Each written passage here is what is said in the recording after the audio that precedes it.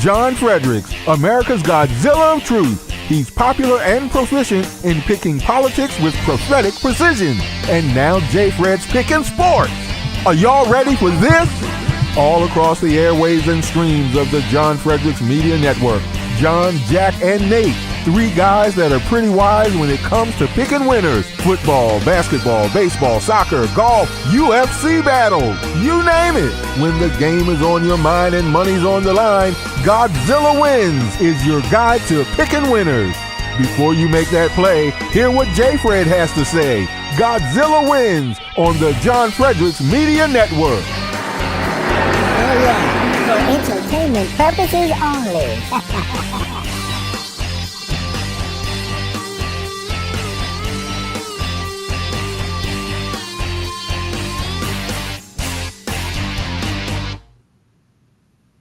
Welcome to another edition of Godzilla Wins. I'm John Fredericks. I will be your host today as Jack Fredericks, my son, who runs the site and runs Godzilla Wins and runs WVSportsNation.com, is at a seminar in Washington, D.C., where he visited me for my birthday. Thank you, son. Appreciate that. And so he's not here today, and Nate Perry is traveling today. So I am relegated to the host job. So it's good to have everybody with us. We've got Kyle Carrington. We've got new addition, Matthew Lumsden, tell you his story in a minute. And we've got the one and only, the monster columnist, Mitch Rogers, is with us again today at WVSportsNation.com. Couple of things, guys, right off the bat. This show is brought to you by WVSportsNation.com for everything you want about West Virginia athletics. You've got one site to go to, and that's WVSportsNation.com. Check us out, like us on Facebook, see us there. But the main thing is bookmark us and go back, because one time at WVSportsNation.com, you're going to get hooked, because we give you the results. We give you the pregame write-ups. We give you postgame basketball, men's, women's, soccer's coming up, baseball. Mitch did a great column yesterday on the baseball preview at Oklahoma State, 15-1 team. Super work there, Mitch. Excellent job. And Mitch also has a column that you can find on WVU Sports Nation. Mitch, please. It's a great title. So you want to check that out. And we've also got 7 writers. One of them, along with Mitch here today, 2 of them here today, also Kyle Carrington, that covers a variety of things for us, former basketball coach, or current basketball coach in Pittsburgh, and knows everything about basketball. So you definitely want to follow Kyle. So WVSportsNation.com, WVSportsNation.com for all your picks right there, so that everybody knows Godzilla Wins now on TV. If you have an Apple TV, Fire Stick, or Roku, you can get us right now. Just don't put in Godzilla Wins, just put in John Fredericks Show, and this is one of the shows that'll pop up right now live on your Roku TV. I've gotten some text here immediately from people saying we look great on TV, so you can get us there. Also, Getter Live, Rumble Live, X Live, and YouTube Live, plus our 23 radio stations and all of our apps. So huge coverage here, as this show has grown in tremendous popularity. I'm live in Richmond today. This is the site of the Virginia Derby at Colonial Downs, which was moved to a 3-day meet in March. We were at the track, of course, in our suite Friday. We'll be there again today. Daryl Wood will be joining us a little bit later on with his pick. That's kind of off script, guys, so I'll get him in at the end of the 9 o'clock hour. But that's the Virginia Derby today. It'll be this afternoon, post time, 12:30. Thing is sold out. First time ever Virginia Derby at Colonial Downs has been sold out. And the winner of the Virginia Derby has an automatic bid to the Kentucky Derby, which we'll be following as well. So having said all that, guys, great to have you with us. Let's get right into it. Mitch, I've never seen NFL free agency like I have in the past. I can't even keep up with it. I mean, some of these things I got in my inbox from the Athletic or the Tennessean, whatever sites, Chronicle, whatever sites I subscribe to. A couple of them I thought were coming from the Onion or from like Babylon Bee. Like, there's no way. And then I just wanted to start with the Jets because you just got to start with the Jets, and I'll let any of you guys jump in. You always got to start with the Jets. So they sign your Justin Fields, $20 million, I think. They sign him $20 million. And then in the signing, they're saying that this is going to be the new generational quarterback of all time in Jets history. I mean, what is the thinking here with Justin? I like Justin Fields, but the generational quarterback of all time for the New York Jets, what was that about? Well, I think one thing with the expanded salary caps going up again tremendously this year is you're seeing these numbers. Like the numbers for Justin Fields looks like what you would have paid your franchise quarterback like 3 years ago, but this is literally just to have him for a couple of years. You just have to pay. That's what you have to pay, 20 to 30 million a year just to have any quarterback, and that's not even necessarily going to be your franchise guy. I like the move by the Jets. I mean, Justin Fields, he got a raw deal in Pittsburgh. I mean, starting off how he did, but when the Steelers lost 5 games in a row and not going back to him, that obviously left a sour taste in his mouth. So he wasn't just going to wait around and do what wait around for the Steelers as we're seeing. We can talk about that later, but I like the signing because this Jets team still is very talented. This is the exact.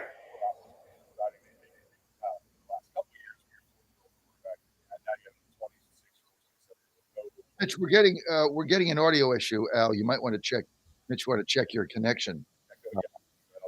Is that just me, or is it everyone? Al, I'm getting an audio issue with Mitch. Yeah, I'm getting an audio issue as well. Yeah, gotta fix it. Yep, your connection. But look, let's go to Kyle here. I mean, the Jets signing, I think it was a good signing. I mean, they didn't invest a ton of money in him. $20 million isn't going to break your franchise like the Giants did with Daniel Jones. But I've always been a Justin Fields fan, and I felt that he was under appreciated in Chicago. I mean, he went in for the Steelers, and during that time, I mean, he had a bunch of wins. Then they, replaced him with Russell Wilson. Do you think he can revitalize that Jets franchise, Kyle? I think this is a sleeper franchise. I mean, free agency pickup. I think that he will revitalize the Jets organization. He's an exciting quarterback, as well as playing under Tanner Inkson, who was the passing game coordinator for the Lions. He will do a lot of running with Breece Hall and then a lot of play action, get him in some bootleg situations, get him outside of the pocket. I think that will work very well for Justin Fields and the Jets. All right, Mitch. Now we got something going on, Mitch, in your background there. Oh, in my background now? Oh no. Can you hear me now though? Is it working? No. Yeah. Is that Al? Is that we got Mitch here, right? Sorry, all guys. right. Yeah, I got okay. Mitch now. Okay. Al's All right. Yeah, but I think it's a good move. I mean, the Jets can't. There's not much they can do, right? I mean, you can only go up from where they've been. But it was the first domino to fall. And didn't 2 weeks ago we talked about the dead zone of sports. The NFL gives you like 3 days off, and then they just come right back in full force and just take over all the ratings. I mean, I've been reading so much NFL in the past 3 weeks. I haven't followed hockey the way I do. I have no idea who's doing well in preseason baseball. It's just it just dominates the news the way they've done this. But I've never seen this kind of movement. Let's get to our new panelist here, Matthew Lumsden. Matthew, welcome. Appreciate you guys having me. I don't mind the move. I think 20 mil, it's not bad. Like Kyle said, Justin Fields is dynamic. I mean, he's a playmaker. He did get the short end of the stick in Pittsburgh. Was a rough year based on how it started, but I think Breece Hall and him is going to be a pretty solid duo out of the background. Breece Hall, I think, underrated pass catcher. I'm curious to see how it goes. I think the defense is going to be the key element there if they can kind of get back to when Salah was there, step that up. I think Fields should play consistent enough football to give them a chance. Well, I mean, he was developing into a decent passer in Pittsburgh. The Bears really wouldn't let him throw the ball. I don't know why, because they have no offense anyway. So they wouldn't let him throw the ball. So they didn't trust him. I mean, he got more balls downfield with the Steelers. But I guess my question here, I can just throw this out. Did Pittsburgh give him a raw deal? I mean, he had the team winning. They just brought Wilson back in after his injury, not like he had a bad game or something. And then you saw Wilson at the end of the season was like dead man walking. I mean, he just was horrible. I mean, I think his final 3 games were just brutal. And that, of course, knocked Pittsburgh out, Mitch. Yeah, I mean, I don't know if I don't think he got a raw deal if you really look at it. He got a chance to highlight and showcase off his talents that he was marketable this time around. So I think the Steelers, in their ideal world, were hoping that there wouldn't have been a market for Justin Fields, but that just wasn't realistic. So they were hoping to get him on a hometown discount or cheaper. I know they were probably hoping to get him from 10 to 20 million. They put an offer out. He didn't even return. He didn't accept it. He waited for the Jets, and the Jets came 10 million over. So no, I mean, the way it panned out, you would have liked to see him play at the end of the season because it may have given the Steelers a better chance than what Justin Fields was doing at the time. But no, they gave him an opportunity. He got the NFL, all the teams to see him, and he got a deal out of it. So I think in hindsight, if he looks back on it, going to the Steelers was a great career step for him. And now he has another chance to lead a team and save his career. Listen, I think it's a good move for both teams. I like Justin 100%. Fields. I was hoping the Titans gave him a shot. If I bring the Tennessee Titans up too many times, I'll start getting texts from Jack, who's probably tuned in somewhere. So I'm not going to do that. But I would have liked to see the Titans get him. But now we'll see what happens. Now the question, Matthew Lumsden here becomes, what happens to Aaron Rodgers? I mean, he's a free agent. He's 42 years old. I'd love Tennessee to grab him. I don't think they are, but I think that would be a smart move. But, he's a lot of drama because he goes on the Pat McAfee show and blasts his teammates. Nobody really wants that. So Matthew Lumsden, where does he go? I think the glaring choice is kind of the 2 teams we've been talking about. I think they're just going to flip. I think Pittsburgh's the obvious hole. They get DK Metcalf. Him and George Pickens might set a record for fights on the outside. It's going to be electric to watch. That's for sure. Losing Najee Harris, I think you lose a consistent guy there, but they're a run-first team. They've got a good defense. I think if Rodgers can kind of limit the drama, I think he should have enough there to at least make it entertaining, assuming Cincinnati doesn't add too much firepower there to just make that a 2-man division. Kyle, think about what Lumsden just said, right? Rodgers to the Jets. You lost your running back, but you got Pickens and Metcalf. Pickens is horrible for the locker room. Mitch Rodgers, any Steelers fan knows that. I mean, I'm not a Steelers fan. I follow them because our network carries them. Obviously, it's in our best interest when they actually win. We get more advertising. So, go Steelers, whatever. But I mean, could you imagine you got Rodgers and then you got Pickens, who actually said, I don't really like to give 100% on every play if I'm not getting the ball. He actually said that publicly. And could you imagine that environment with Rodgers, Kyle? I think you overlooking it. I think that if they do make that happen, that will be a dynamic offense. I like Jalen Warren out of the backfield. I like Aaron Rodgers still. I think he still got it. He's still an accurate passer. He's still a precise passer. He makes good decisions still. I think that quarterback. So him alongside DK Metcalf and George Pickens field production would be great. Maybe some off the field issues, but if you win games, a lot of that stuff go away. I think that George Pickens' biggest problem is that he's passionate about winning and producing. And I think that with Aaron Rodgers, both of those things come into play, and you might see a more mature George Pickens. So I think that it actually would be a great move for the Steelers. And I mean, they always been great on defense. We never could question that. You add Aaron Rodgers, DK Metcalf, George Pickens, Jalen Warren, and Kenneth Gainwell, I think you have a pretty solid offense to go along with that. And you make them instant contenders. I like this. Kyle's getting me pumped up. First of all, if Ben Roethlisberger, if you're watching right now, we miss you, man. We so miss you. I live in DC, and my friends have had a quarterback around. Hey, they haven't had a quarterback in 30 years, and now they have Jalen. I have nobody. They're making fun of me. They're like, "Hey, you like this world you're in right now? You're on your sixth quarterback since Ben retired." They're like, "Oh my God." I agree. I think the only move that actually makes them a contender this year with all the quarterback play is Aaron Rodgers. And it could be a perfect bridge because the Steelers have turned over, I think, 36% of their free agents. And this is on purpose. Omar Khan is allowing them to sign so they can get I haven't been able to say this all week, the compensatory picks. You guys say it for me, but they're getting these other picks. So compensatory picks. Thank you very much. So I could only send that because I spent the last 3 days with Jack, right? Yeah, thank you. Who was throwing these words out. Like, I don't even know what they meant. Like he said, one change we have to make with Godzilla Woods in the company is simpatico. And I'm like, I got to go look that word up. Let's go look it up. I don't know what it meant, but it sounded good. But the Steelers have, so with the free agent losses, and they're getting these other draft picks. If they finish, like, if Tomlin does what Tomlin does, and they go 10-7 or 9-8, right now, according to the draft chart, they can already trade up to out the 5th pick in the draft. So what they're doing this year is to try to draft a quarterback in 2026, in my opinion.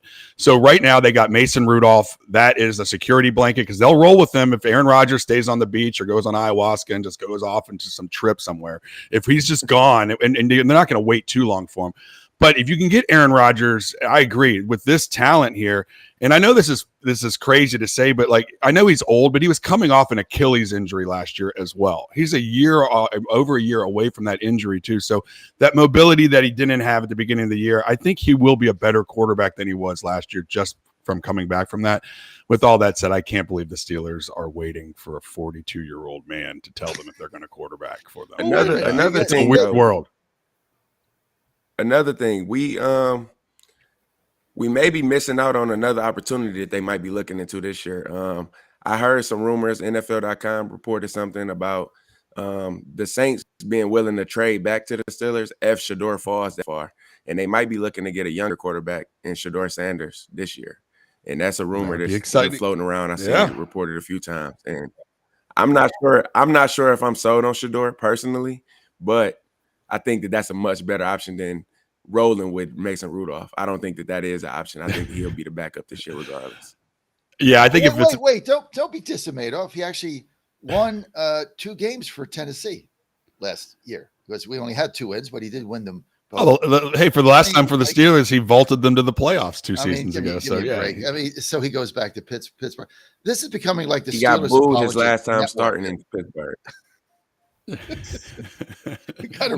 No, he was reviewed. No, he no. Oh yeah, because they lost in the playoff game. Yeah, you're right. They did.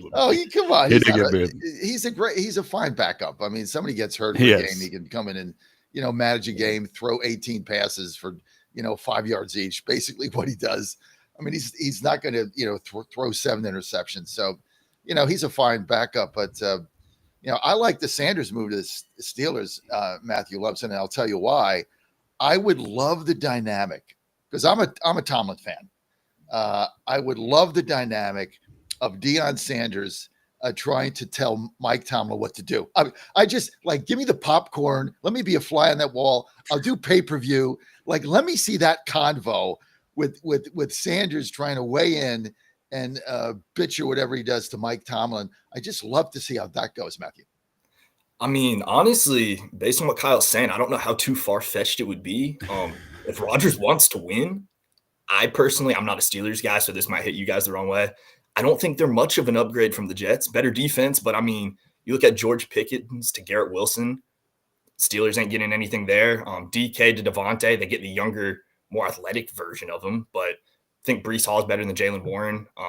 Freiermuth might be an upgrade from Tyler Conklin, I guess, but I think it's a pretty even push. So I'm curious to see if Rodgers goes on another Oasis. That might not be too far-fetched. That's true.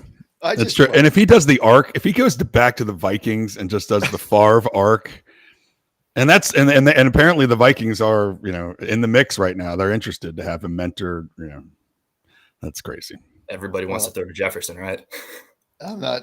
I know. I'm not. So, well, what about? I mean, we got a lot to go over here. I'm not sure how we're ever going to get out of this segment, but this This segment is brought to you by our good friends at Native Path. Go to nativepath.com/Godzilla, and you can get your collagen right there for $1 a day. Look how great I look, man. Matthew Lumpson, can you believe I'm 67? I'm not 60. I just turned 67. I look great. I feel great. I'm going to get your father some too. I told him there, my God, you're driving back and forth at 6-hour drives, man. You getting too old for this. I'm going to get your father's. I'm going to buy him some collagen. Just make him take it because I look great. I feel great. It's $1 a day, and you're going to feel better immediately. I had a call the other day. Said, Fredericks, you've been telling me to get this. I don't really do it. I got it 3 weeks later. My joints are better. I'm moving around. Plus, your hair's going to grow back. It is a great protein that your body needs. Collagen, your body needs this as you get older, right? Kyle doesn't need it. Matthew doesn't need it. Mitch needs it. When you get a little bit older, 47, right? Heck yeah, man. When you get over 40, your body collagen, which is a critical bone protein, depletes like testosterone does. Can't do anything about it. Just the way God made us. It depletes. And you got to get that replenished. So you get your collagen. You put in 2 scoops a day in your coffee. Tasteless. You can put in coffee, tea, water, milk. One day I put it in my cereal. You can put in anything. Just have it. You're good to go. And it's $1 a day. And all you have to do is go to getnativepath.com/collagen, getnativepath.com/collagen. And you're going to save up to 45% for $1 a day. You're going to feel better. And Ben, and I say, Ben, Matthew, when the show's over, I'm going to send it to your father. Just send it to him. You're going to give me his home address. Just go show up there. And then when I see him in a month, I'll be like, dude, you're going to be picking some Stanley Cup hockey winners coming right now when you're on that collagen. nativepath.com/Godzilla. You're good to go. Okay, so we talked a little bit about the quarterback situation, but you can't get out now. Where's Kirk Cousins go? Atlanta's going to release him, right? They're not going to pay the bonus. He's going to be on the block, so he's going to be a free agent. And then Seattle just goes to Sam Darnold, who I'm not a fan of, who had that lousy game at the end of the season. He kind of tailed off. What do you guys think of that? Well, Cooper Kupp, it looks like sources, and I'm just on ESPN's website. Sources are saying that Cooper Kupp is going to Seattle. So now you have Sam Darnold to Cooper Kupp. Now things get a little interesting in Seattle, and we don't have Jack and Nate on, the Seattle boys, so they're probably going to scream at us because we're not going to do them right by this segment. But I think Seattle, however everything worked with Geno asking for a trade or whatever behind the scenes, it seems like they've rebounded well, and this rebuild they were in is taking off a little faster because why would you get Cooper, who's at the end of his career right now? But I don't know. Where do you guys think Kirk Cousins went? And again, I hate being in quarterback purgatory because the Steelers' names come up in the Kirk Cousins stuff. There's only like 4 teams that need quarterbacks. So it seems like the Giants, Steelers, the Vikings, maybe if they want to do the mentor thing, Tennessee. So there's only a few options out there. I don't know where Kirk Cousins goes. He's just expensive. He'd be serviceable. I just don't know how much you want to pay for him at this point. Maybe he doesn't go anywhere. I think there's a lot of people. There's a lot of people that just look at him and just look. Yeah, right. Stay. What a great pick by Atlanta to go quarterback. I honestly think at the point in his career, he's no longer a starter in the NFL. I think that he goes somewhere with a young quarterback to be a mentor or a veteran to help a young quarterback catapult their career. And I think that he made the money already. So I don't think that money will be a big issue because he already has some enormous contracts. And with that being said, I think that he goes where one of these younger quarterbacks go and becomes the veteran mentor, play a mentoree role, and that's his market. I don't think that there's no team in the NFL that really wants Kirk Cousins to be their starter. Yeah, I mean, not for the kind of money he wants, right? I mean, no, I think Kyle hit that. I guess if you're Tennessee, but why would you pay him that kind of money? I mean, I think they're gonna. I mean, look, I'd rather we pick the defensive lineman, but we're not. They're going to go with Cam Ward, so we can get the draft picks in a minute, but we'll see how that plays out. But 2 weeks ago, the Seattle boys aren't here. You're right, Mitch. But 2 weeks ago, we were like, what is Seattle doing? Like, what's the plan? And now we know what the plan is, right? The plan is They want they wanted a younger quarterback. They thought Geno Smith was done. I didn't know why they got rid of Metcalf, but it looks like they're retooling that offense into something else. I'm not really sure where they're going with it. But the thing you notice about the Seahawks, it's a very well-run team. It was well-run when Pete Carroll was there. It's a very well-run team. Their front offices are really smart. Remember, they were the first team to be drafting cornerbacks and safeties in the first 10 picks of the first round. Nobody had ever heard of doing that. So this is a really smart front office franchise. Somebody jump in here. Where are they going? I brought this up last week. I think this division is ripe for the taking. You have San Francisco is down now; they're not the perennial, world beaters, and Arizona is what they are. The Rams are older, so they've got another window of 1 or 2 years. So now you get a young quarterback. Cooper Kupp has got a few years left. Obviously you got Lockett on the other side. I mean, they have a chance to now. We thought of it last week that they were going to be rebuilding, so this would be in a year or two from now. But they have a legit chance right now to jump in and vie for this division that I think is going to be won with 9 or 10 wins. I don't see a team that's really going to be putting up the double-digit wins in this division. So it's right for the taking. I think that's why they made these moves. What do you think, Matt? I agree. Or Kyle, go ahead. I'm sorry. I agree with Mitch. I think that with Arizona, San Francisco, Los Angeles, and Seattle being in the division, there's an opportunity there to win now. And as much as we try to knock Sam Darnold, he's coming off a 14-win season. So, I mean, he's a quarterback who he can win and make your team serviceable. You bring in Cooper Kupp. I think he still got it. He's on a decline in his career, but he's still better than, I would say, 75% of the receivers in the NFL. He's a great route runner. He gets open, gives Sam Darnold a nice target to throw to. He's not throwing it to Jettis. He's not throwing it to Justin Jefferson, but Cooper Kupp is a serviceable receiver. The defense is not just totally bad. They're not totally bad. So I think Seattle is trying to win now and just compete with their division. I don't think that Super Bowl aspirations is there, but just making themselves a serviceable team in the NFC West is something that they're doing. Matthew, you want to jump in? Yeah, I mean, I think these guys were spot on. It's not a great division. I think 10-7 probably gets it done. 11-6, I would say, certainly gets you a division title. Unless San Francisco has a resurgence, they get 17 games out of McCaffrey. They're not the world beaters they once were. Right. Seattle defense is underrated. Bringing in Kupp, he understands the soft spots of defenses. Smith and Jigba is one of the best young receivers in the NFL, and I still think that Walker Charbonnet duo is a solid 1-2 punch. I mean, Darnold's going to get it done. He won 14 games. I think comes weeks 17, 18 playoffs was a different guy. See if he can kind of overcome that, but he'll take those lessons and he'll move forward with it. And the Vikings offensive line just I mean, it was terrible. When he had those 2 or 3 bad games, the offensive, he was running for his life, and he had been all season long. They had covered it up because he had played so well, but it just caught up with him. And he was on an interview last week, and I forget which quarterback he was saying, but he like in golf, when you kind of start figuring it out, like, oh, this one thing, his eureka moment, he said he was told to just really throw. I think it was a Kirk Cousins who told him this, like, throw to your weapons.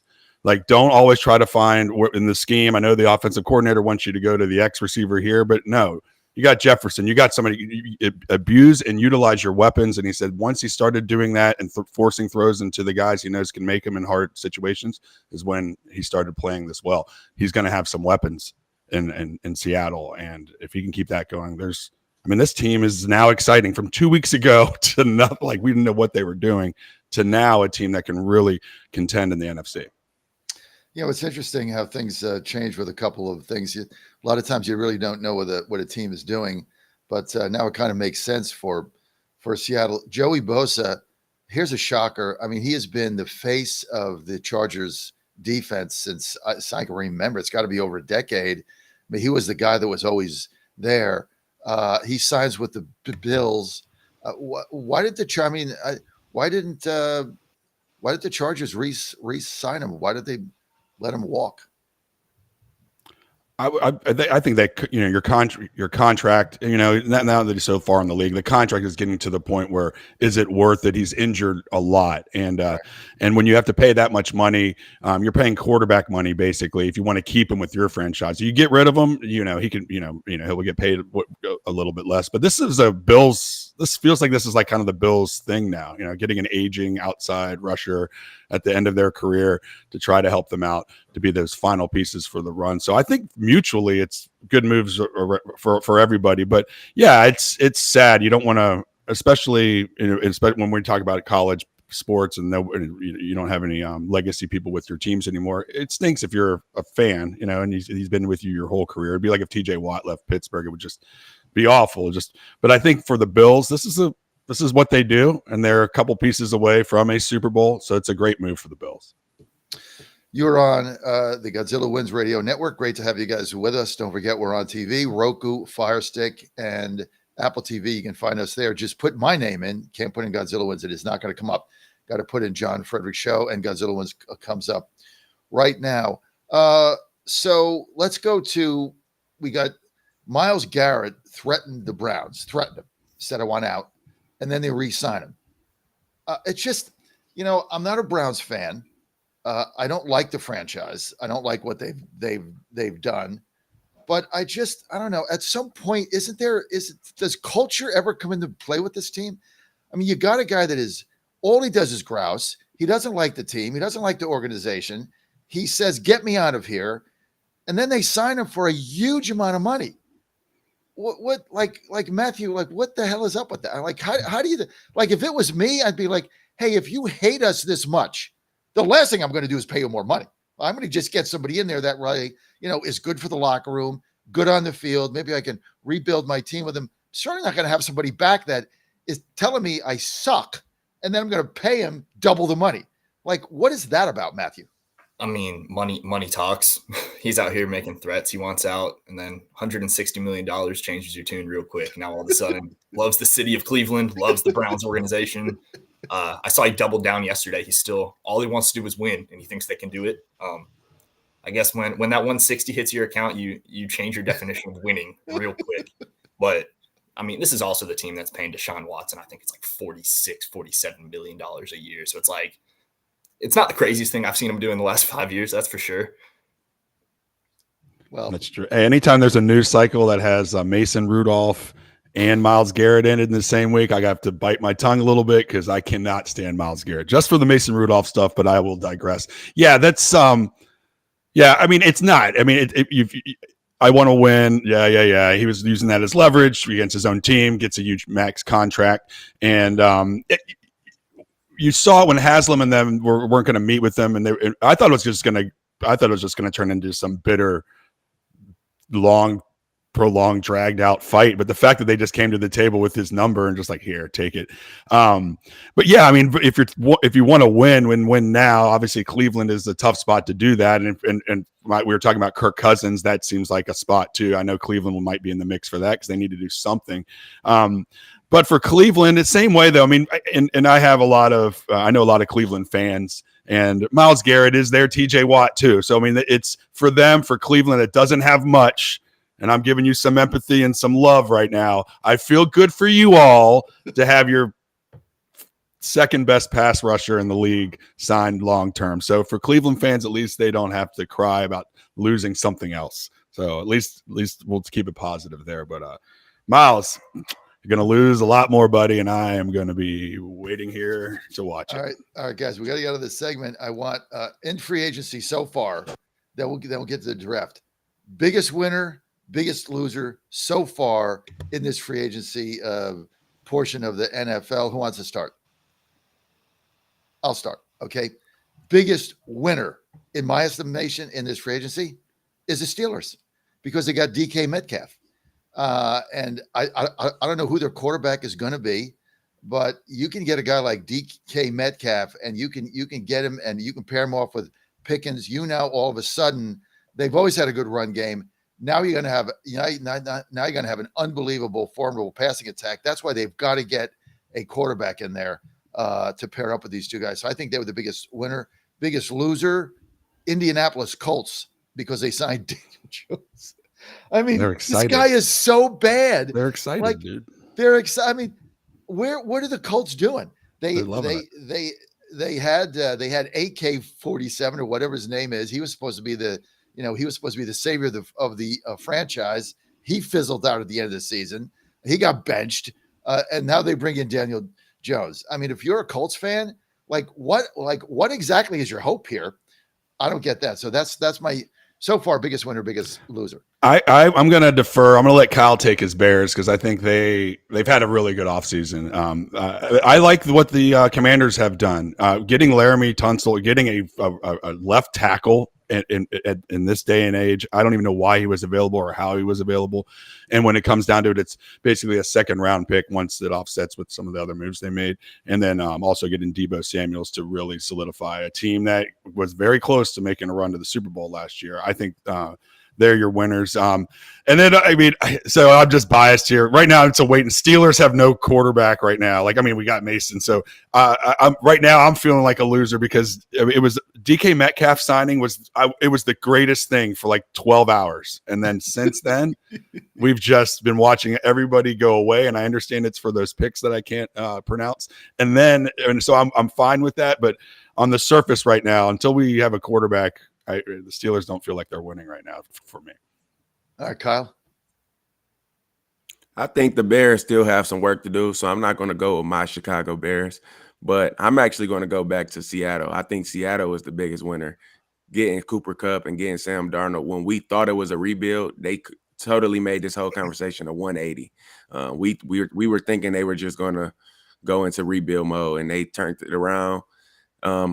As of now, I'm going to take Seattle. I think there's a lot of dominoes that's got to fall, and we'll have a different conversation maybe next week. But I'm going to go Seattle, and I'm going to agree with John on the biggest loser being Indianapolis. They now have the 26 and 27 ranked total QBR quarterbacks in the NFL. They have Anthony Richardson, who completed 47% of his passes last year, and you got Daniel Jones, who only completed 63% of his passes. So, I mean, they said they were bringing in somebody to make it a quarterback battle. And to me, it just stink that you got two quarterbacks that stink competing for the number one spot. That's Kyle, a lose-lose situation there. I'm going to give some advice to the Colts. They need to make it a 3-quarterback battle and bring in Tennessee's Will Levis. They had Will Levis there battling Daniel Jones and AK-47. I mean, that would be like the battle royale. Like, who can throw? And if they was just like, who can throw more interceptions in 6 minutes? That would kind of be like, okay, well, you only threw 2, but Levis had 2, but then he just gave the ball to the other team, so he wins. That would be the greatest quarterback off of all time. Lumsden. Yeah, I'm going to double down with Seattle. Maybe not from a personnel standpoint, but from an opportunistic standpoint. I mean, like we highlighted earlier, the division, there's no clear-cut alpha, especially where they were 2 weeks ago. It looked like it might have been fighting for top draft pick next year, and they completely switched that narrative in no time. I think they're going to be good. And then, I mean, you guys summed it up. I don't know what Indy's doing. I'm surprised they let Zach Wilson go to Miami, bring him in there, have a 3-way battle. That would have been just lock that in on Hard Knocks. I mean, the views would be off the charts.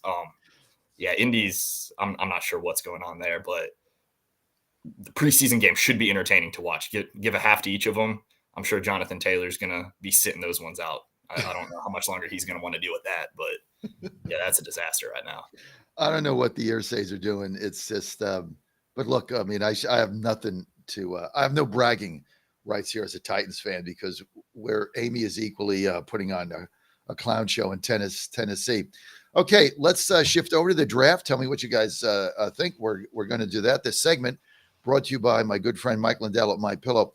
You know, I was at Colonial Downs in my suite yesterday, Mitch, and one of the callers we had there, and when this is the funniest thing on a radio show. Normally, you have a suite, you have a big event, you invite all your clients. We have a lot of clients. We love all our clients, but we don't invite our clients. We invite callers because we had so much fun last night, Mitch. We had 30 people there. That was the max. They're all people that are just listeners to our show. They just call in. win two free suite tickets. So we had the best time. But one of the ladies that were Terry that was there said to me, do you really have all these My Pillows? Like, how many My Pillows do you have? Like, she was challenging me, right? I'm like, I don't know, like 50, 40. I mean, we got them in Washington, Pittsburgh, RV. Jack's got them. Claire's got them. Joe's got them in his apartment there in Westford. Probably 50 of them. But I outfitted Ann and I outfitted our entire apartment in DC, 2 blocks from the White House, with just one website, mypillow.com. That was it. Everything: bed frame, mattress topper, blanket, sheets, pillows, towels, dish towels. Everything came from one website. All you got to do is go to mypillow.com. He's got the mega sale of all time going on right now. It's going to end at the end of March. Mega sale of all time. Pillow is $14.98. It's unbelievable the savings you're going to get there. And estimated in DC, outfitting the entire 2-bedroom townhouse there, that we saved $2,250. That's almost $2,500, she said, just cash money with better products. I mean, it's unbelievable. Go to mypillow.com/Godzilla, promo code Godzilla, get all your savings there. Do it now. Don't wait. And if you don't have the slippers or the comforter, you're nuts, because it's great stuff. Now I got to buy the slippers for your father, Matthew. You got to tell me a size. So I get a collagen, get him slippers. I'm going to get your dad set up and ready to go, baby. I know he's in the banking business. He's got to be sharp. I'm going to fix him up, and he's going to be good to go. When I'm done with your father, you're going to be like, Dad, like you're walking on air. You're looking great. You're going to be, well, it's my good friend, John. I'm going to set you guys up. mypillow.com/Godzilla, promo code Godzilla. You're good to go. Let's get to the draft. Titans got the number 1 pick. Where are they going to go, Kyle?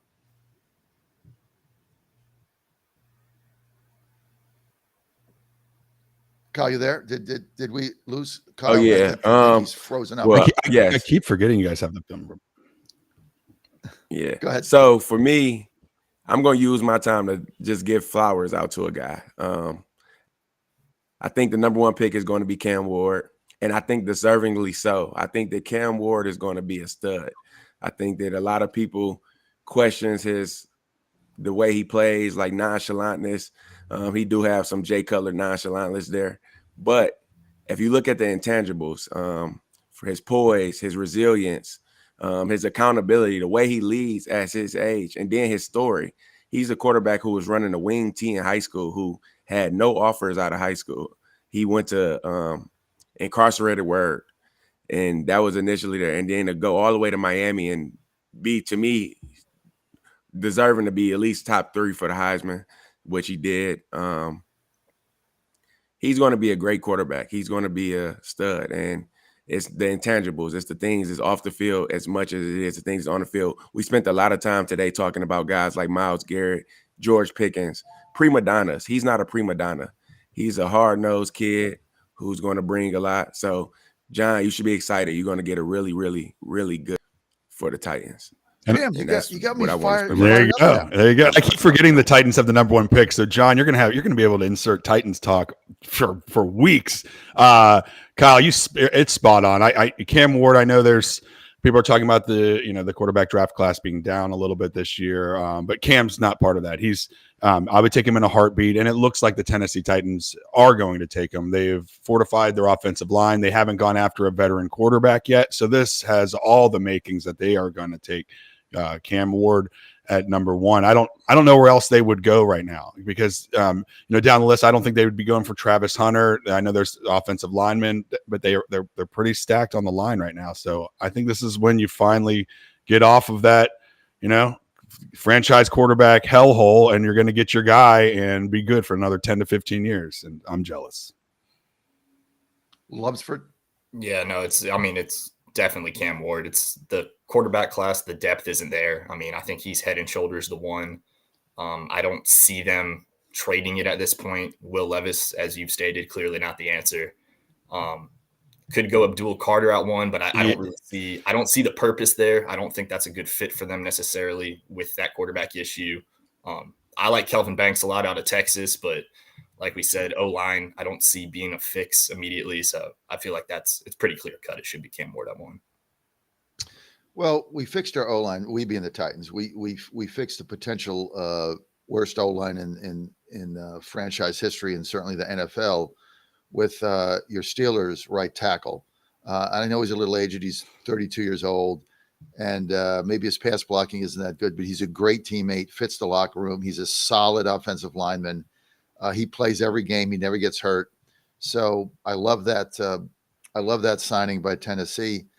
But if you're Amy Adams Strunk right now, you can't blow this. I mean, I can say as a Titans fan, a lot of people are upset about what has gone on in the past 2 seasons, whether it's be firing Mike Vrabel or whatever, the whole Will Levis debacle.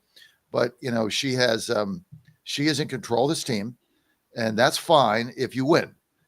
But there's a lot of pressure on her. She basically got the city of Nashville and the county of Davidson to pony up $1 billion for that brand new stadium. The season tickets, like we tried to get them, and I looked at the prices and the licensing fee, and I'm like, you got to be kidding me. The team won 3 games. Like, you ought to be giving these out for 80% off. So she's got a lot of pressure on her for this franchise. They have to get this right. I mean, you can't blow this pick. So I think they're going to pick Ward. We all hope, if you're a Titans fan, he's going to be the next Jaden Daniels. Certainly the tools are there, but you have to pick him, because if you do not pick him and you trade down or you do, stupid things the Titans do, if you don't pick him and he becomes the next Jaden Daniels, it's going to mar this franchise for 20 years. Oh, they've got to pick Ward and then hope that all of the things that Kyle says come to play. But you got to get, with a brand new stadium and all this money, you got to give the fans hope.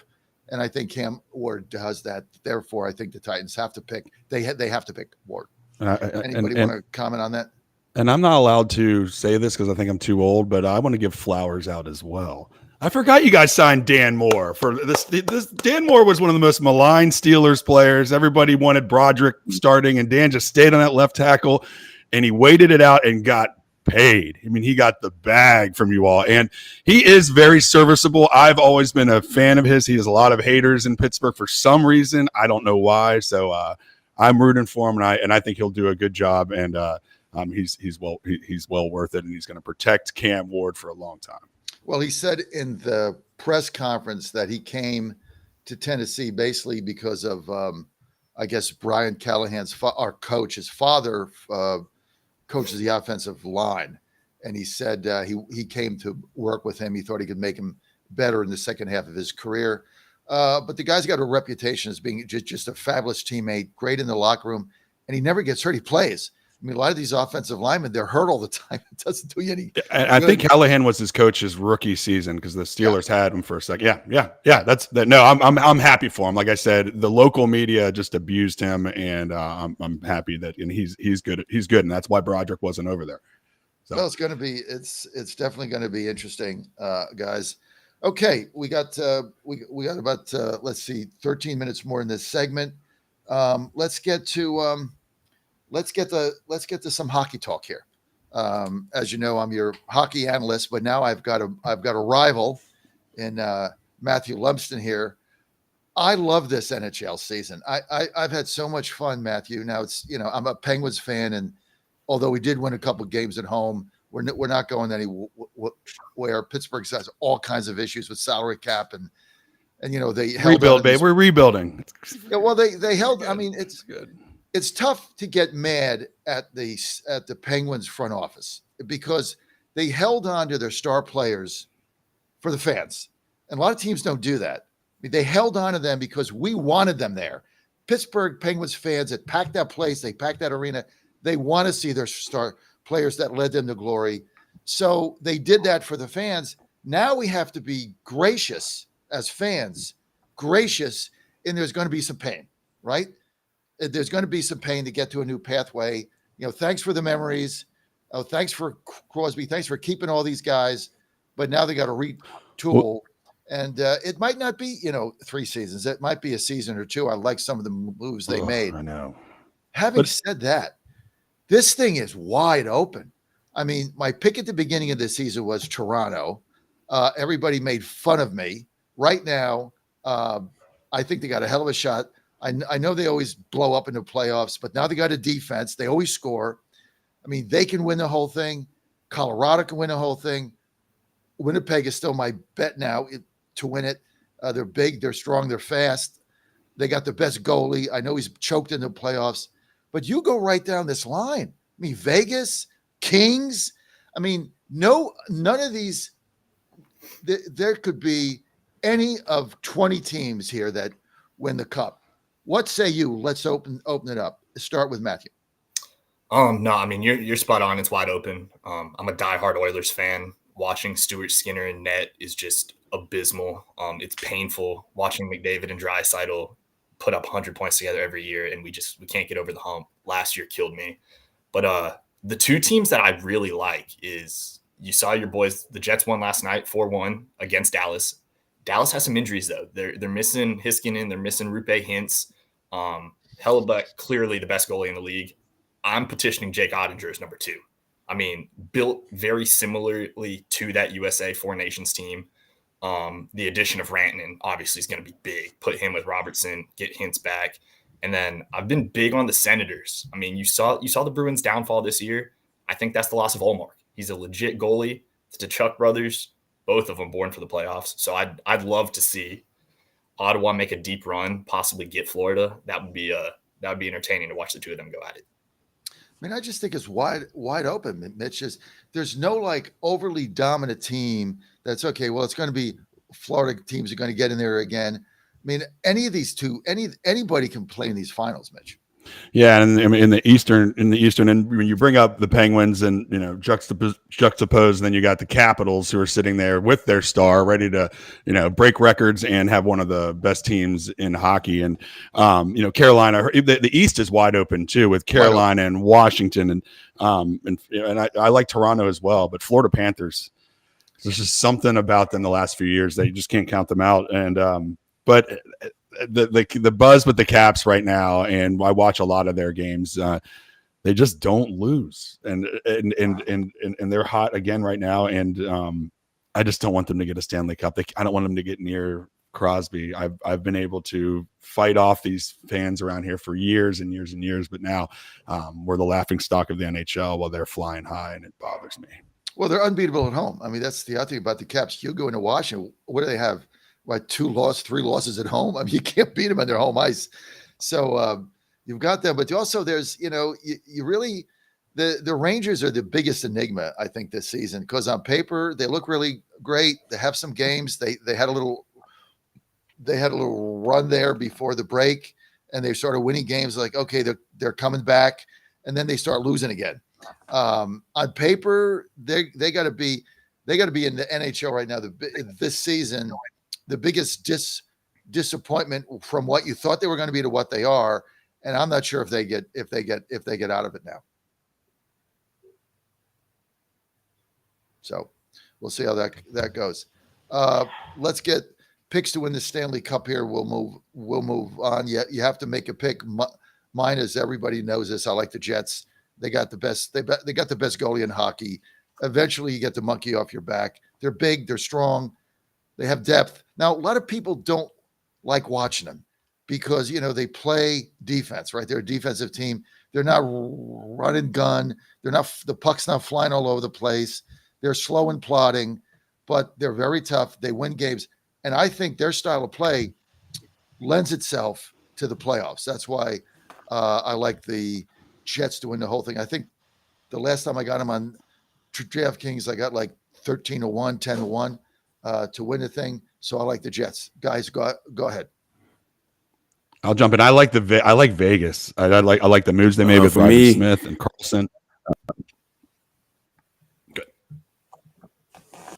So for my heart's telling me the Capitals. I'm a big Ovechkin guy, so my heart's telling me the Capitals, but my mind is telling me Dallas Stars. I like the Mikko Rantanen trade. Him alongside Jason Robertson on the wing. I think that the Stars will get it done this year. Matthew? Yeah, I mean, I think they were just 6-1, but Dallas, Rantanen's going to put them over the top. They get Heiskanen back, Seguin back, get Hintz back. Ottinger's still a guy they've been close. I think they're going to be a tough team to beat. Physical, they can score. Not a big Robertson fan, but I mean, he puts up the points. Wyatt Johnson's a stud. That team's got some depth to him now for sure. What do you guys think about New Jersey? I mean, it's another team on paper. They're pretty tough at home in Long Island. Can the Devils make a run, Matthew? With no Hamilton and Hughes, it's gonna be tough. It's gonna be tough. Still holding on to that 3 seed, and I mean, you know as well as everyone, seeding's a big factor. It's gonna be draw, but I think the loss of those 2 players, that's gonna be tough to overcome, in my opinion. Okay. Tonight games, I got one pick tonight, and that's Pittsburgh. New Jersey going there. All of a sudden, Pittsburgh's winning. They're winning at home. They've never been able to sustain more than, I think, a 3-game winning streak, which they have right now. But they're playing better. They're playing loose. The only games that Pittsburgh is going to win this season is going to be in Pittsburgh. I mean, they're not. They could go the whole season without winning another road game. So if you bet hockey, I like Pittsburgh at home for the majority of their games, and I'm just going to fade them on the road. I don't care if they're playing San Jose. I'm fading them on the road. They go on the road. They have no interest. Well, John, you watch this team a lot, right? Tristan Jerry, all of a sudden, when we were trying to get the top 5 draft pick, starts playing amazing goaltender, and we've been wanting this our entire lives with this dude. So yeah, the fact that the fact you can get good money with the Penguins right now, and Jerry is in a zone, I guess, right now. Yeah, I like that bet too. Yeah, because they're not going to make the playoffs. They have to retool. But you go to I don't know how many Penguins games Ann and I have gone to this year, 5 or 6. Every single game we go to is sold out. It doesn't matter what day it is, what time it is. It's sold out. And the place rocks. And so I think right now they're playing for their home fans. And then when they go on the road, they just have no interest. And I don't think they're going to give 100% effort. So if you want to make some money, that's what I do. Fade the Penguins when they're going on the road. But they're my pick tonight over New Jersey. Matthew? The first one that stuck out to me was Vegas. Yeah. It is the back-to-back, though. I think Samsonov probably going to be in net, but the Sabres are struggling. I think they've lost 7 of their last 8. That one win was against none other than Stuart Skinner, so I don't know how much credit I'm going to give that at the moment. I think that's up to about 210, though. So if I want to shift down a little bit, I do like the Canes. That's the back end of a back-to-back. They're going to get Kochetev back in net. Anderson was in net last night. Flyers are coming off a win, but they've been struggling a little bit as well. So I like the Canes at about 175 today for sure. I think that's a good play. You got anything, Kyle? Washington -1.5 tonight versus San Jose. I mean, you look at a goal. I don't like giving a goal and a half, but I like that bet. Like San Jose is they're not gonna win this game, right?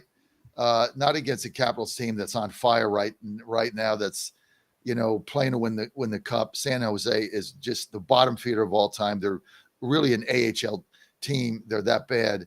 So you goal and a half on the road. I mean, they're not going to lose. So now this is a score that could easily be 8-3, 7-2, something like that. So I like that play. Mitch, you got anything? I like the Rangers over the Blue Jackets tonight. That's you got a little wild card game going on tonight.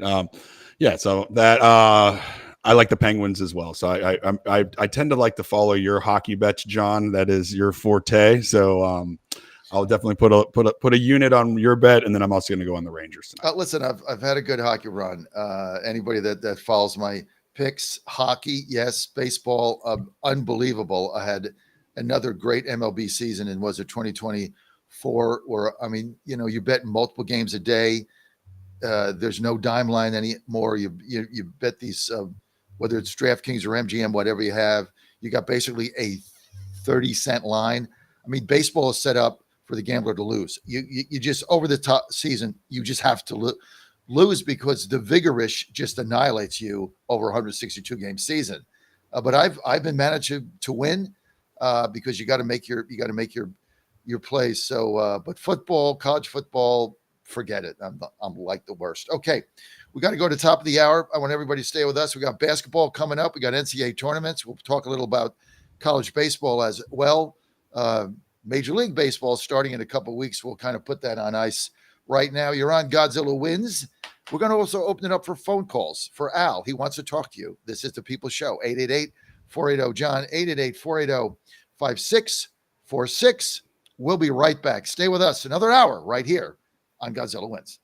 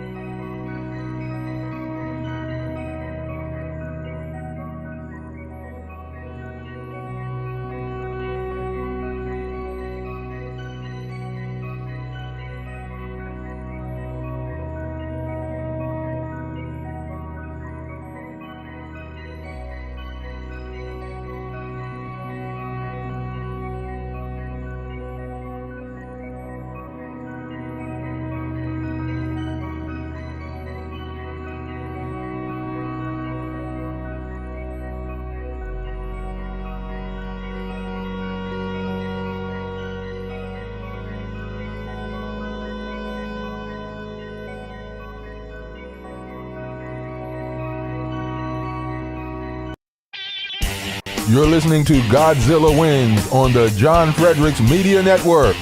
For a deeper dive without the jive, visit the website of winners, GodzillaWins.com. Let's get back to the show with the guys in the know, John, Jack, and Nate. It's Godzilla Wins on the John Fredericks Media Network.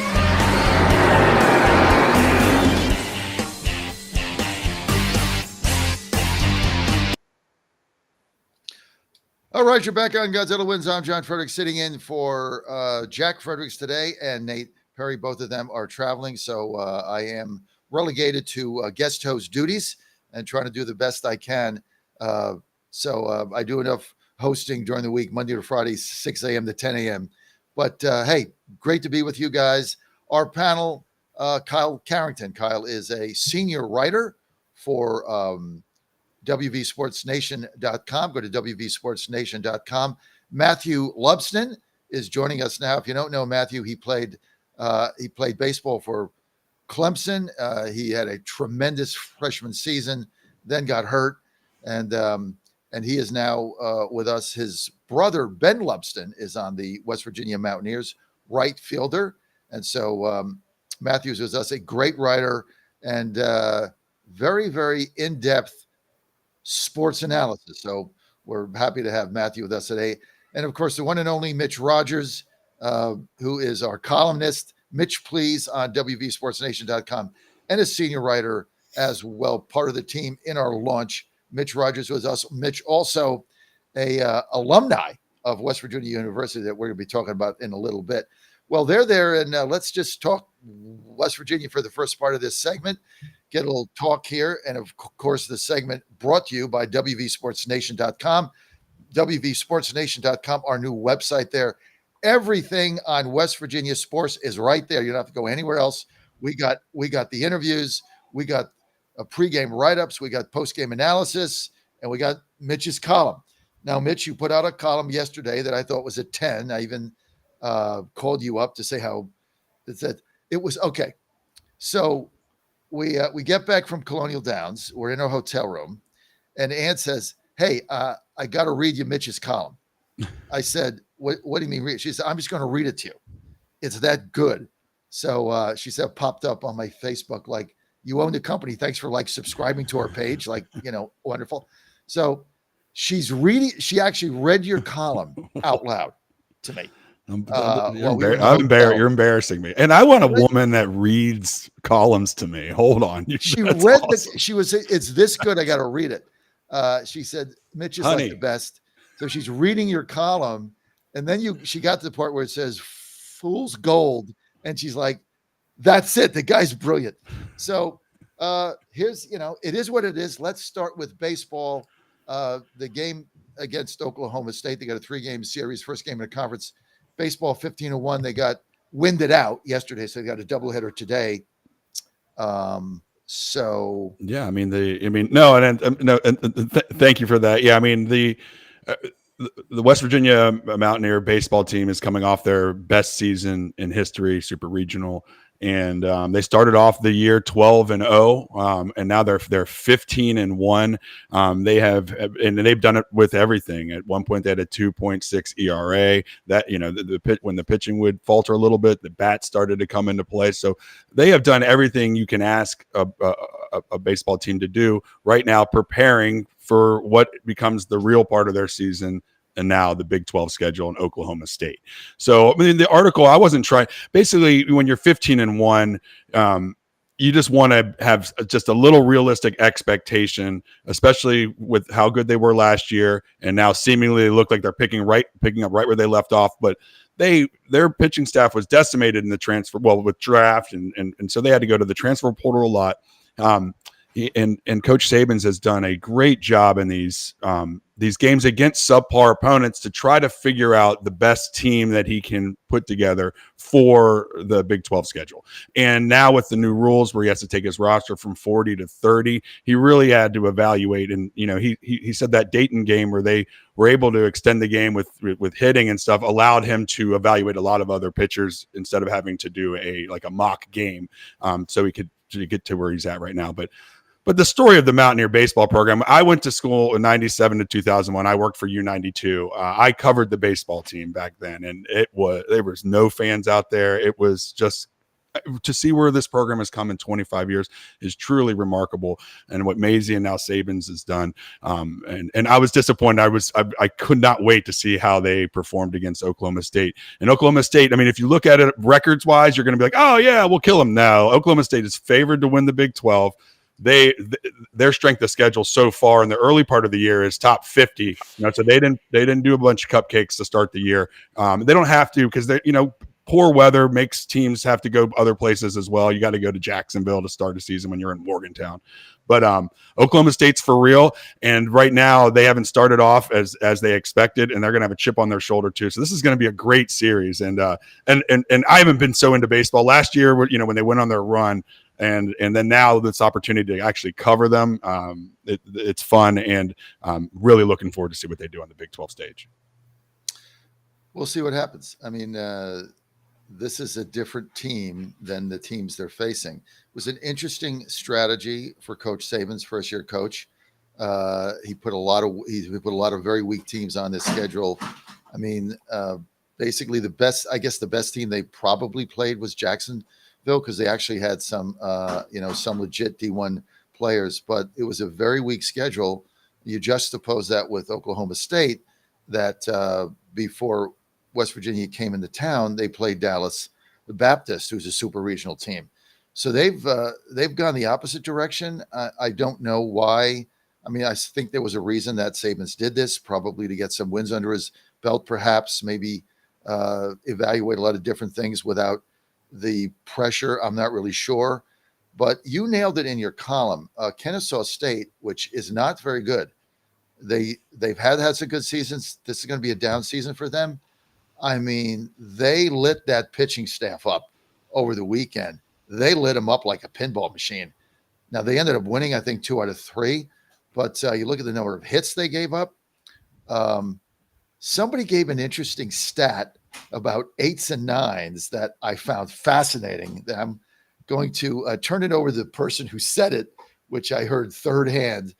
Matthew, you were making a comment about WVU hitters against 8s and 9s against Kennesaw State. You want to elaborate on that? Yeah. Kind of what Mitch was saying. Just, you see the tale of both sides, two teams. I mean, Oklahoma State opens up, I think it was Clemson, Louisville, Texas, down in Globe Life. I mean, you're going through the gauntlet right out of the gate. Those opening weekend tournaments always running. All the big dogs go down there. West Virginia on the flip side, got Jacksonville, got Queens. And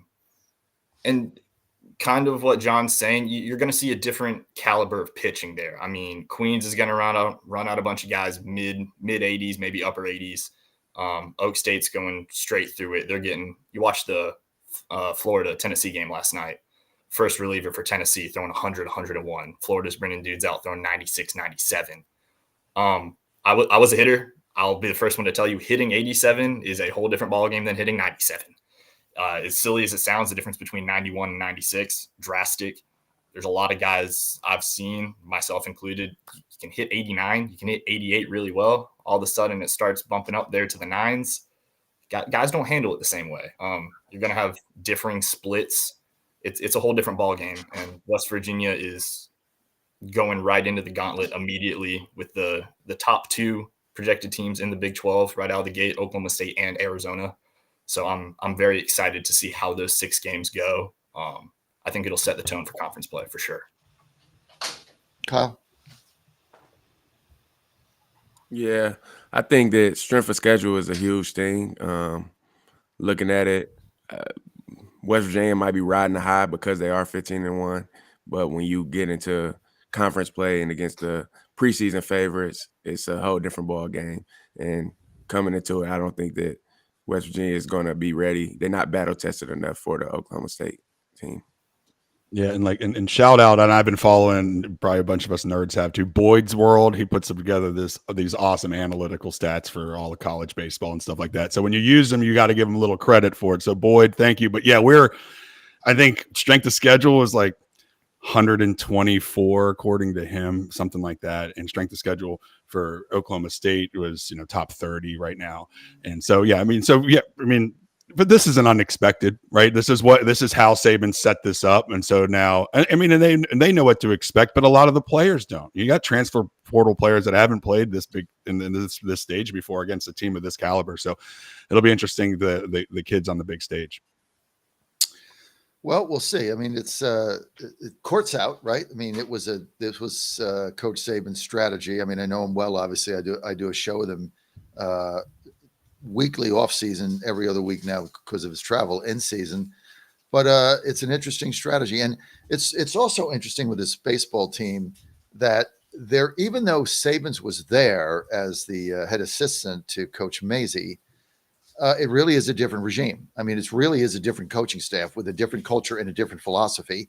And that's what you do when you come in, you change things. So even though Saban's was there, remember he brought Chris Riley in, who's now director of all pitching, that basically, that's even over the pitching coach. So he's making a lot of these decisions, and they're bringing different ideas in. And one of these ideas, I guess, was, let's get a lot of early games where we can win these games and we can evaluate our players and make a decision for who's going to go forward, and not having to do that under the pressure of playing in Miami, a Florida, Dallas Baptist, or something of that nature. Even like last year when we went to Stetson, I mean, Stetson is a legitimate A-Sun team. I think we split that series 2-2. But all those games were competitive games. A lot of these games that we played, the score was 15-5. I mean, they were just not competitive teams. And we'll see what happens. Maybe the strategy works, maybe it doesn't. But I kind of agree with your column, Mitch. I think going there to Oklahoma State, I think at least a couple of these games, looking at my schedule, I would have set for, a different team that I'm going to see a caliber of play like I'm going to see in Stillwater, right? Yeah, and and you know what? Just got to play. I'm excited to see what they can do because, hey, I mean, I know you're 15-1. You can only play who's in front of you from the kid standpoint, and politics aside to how the scheduling and stuff. Those kids went out and balled, and they clutch hitting. I mean, grand slams when you needed them the most. So they got a fun team. Logan Suave. I mean, there's some players that I cannot wait to see get back into the Big 12 stage. Well, we know they're going to score runs. There's no doubt about that. They are going to score runs. Yeah. They got great hitting depth, and so they're going to score. It's a matter of, and I've always liked the back end of their bullpen. It's a matter of is their pitching going to hold up? And remember, a lot of these pitchers they got on the portal.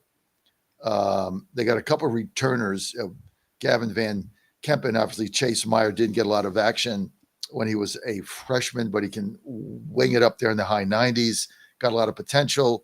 And certainly Stridge is going to be a mainstay. But a lot of these other pitchers have not pitched at this level, right? Is you got to remember that. You got their closer, Reed Bessinger, great guy, or Reese, I'm sorry. Yeah, he looks fantastic, but he's never pitched at a D4 Big 12 level, either as Griffin Kern. He's not pitched at this level. Did a little bit in the Cape. So it's a little bit different when you got guys, your frontline starters have not gotten outs against Big 12 hitters. But, we'll have to see what happens. Yeah. If they're able to make that adjustment, this team can go to Omaha. If they're not going to make the tournament. I mean, to me, I don't think there's a middle here, Matthew. I think they either get Super Regionals Omaha because everything comes together, or they're not going to get in the tournament. I think either scenario wouldn't shock me. Yeah, no, I mean, I think you're pretty accurate. I think kind of what we were talking about, double-edged sword beginning of the year. I would have liked to have personally seen them maybe get some Sun Belt teams, go into one of those tournaments, get those guys that exposure before you get to conference play. Because obviously, as we all know, conference play is going to dictate a lot of how the season goes, where you stand. So I would have loved to have seen these guys been thrown right into it. But I see the flip side. You also want to see what you have. You want to kind of move some pieces around. The next 8-ish days will be very telling. Oklahoma State is a good ball club. Arizona is very good. They have great weekend pitching. Been watching a lot of the Big 12 guys. UCF, those boys hit, and they hit very well. They've got a team batting average north of 375 almost now. Like 16 games in for your team to be upper threes, that's not a joke. So the Big 12's shaping up to be a pretty good conference, despite the rankings not reflecting that at the moment. BYU sneaky. It's going to be very telling the next 8 days in particular with these. Yeah, the top 25 rankings are going to flip on their head in a couple of weeks because the Big 12 only has, I think, one team in there. West Virginia is kind of right on the outside. So yeah, it's going to be, and and they're probably, it's going to, there's going to be a lot of Big 12 teams in the top 25. It's interesting. The notoriety of college baseball has gone up like dramatically over the last decade. I mean, when that ESPN started putting them on and people started following it, and they're getting into Omaha now, which is just a fabulous experience. And of course, for us going to Tucson last year and then to the Super Regionals at, I guess it was Chapel Hill. I mean, I never had so much fun in my life. I mean, we just had so much fun. It's just great to follow. And it's great to see college baseball getting the notoriety it is now because so many kids play ball. I've commented on that before, but if you look right now at the West Virginia University Mountaineer baseball team, they got 8 games in 10 days because Friday got wiped out. So they got doubleheader today. They got 8 games in 10 days. Midweek, they get back from Stillwater like Monday.